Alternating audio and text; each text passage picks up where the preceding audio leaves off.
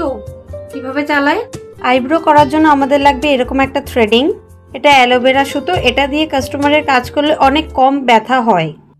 একটা ব্রাশ, একটা কাঁচি দিয়ে আমরা এক্সট্রা হেয়ারগুলো কাটিং করব। আর এই ব্রাশ দিয়ে আমরা পাউডার অ্যাপ্লিকেশন করব। অনেকে তুলো দিয়েও করে, তোমরা চাইলে তুলো দিয়েও করতে পারো।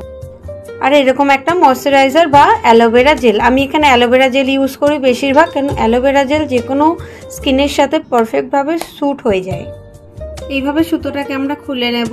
খুলে নিয়ে কি করব, দাঁতের সাহায্যে চেপে ধরবো এইভাবে।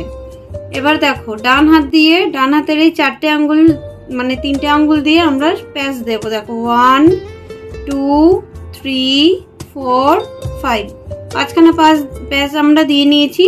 এইবার দেখো এই হাতটা হচ্ছে আমাদের থাম ফিঙ্গার দিয়ে আমরা হচ্ছে প্রেসার করব, আর এই হাত দিয়ে আমরা হচ্ছে কাটিং করব। তো এই যে ফাঁকা জায়গাটা, গ্যাপটা, এখানেও না আমরা এই হেয়ারগুলোকে এর মধ্যে আটকে তারপর আমরা টানটা দিই। তো কিভাবে টান দিই, এ দেখো এটা এভাবে রাখবে, এই যে এই আঙ্গুলটা দেখতে পাচ্ছ, এটা এই সুতোর ওপর দেবে।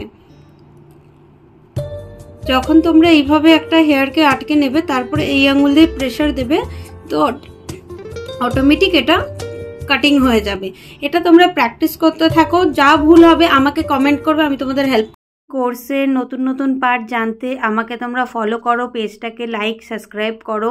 দেখা হবে অন্য কোনো ভিডিওতে। বাই।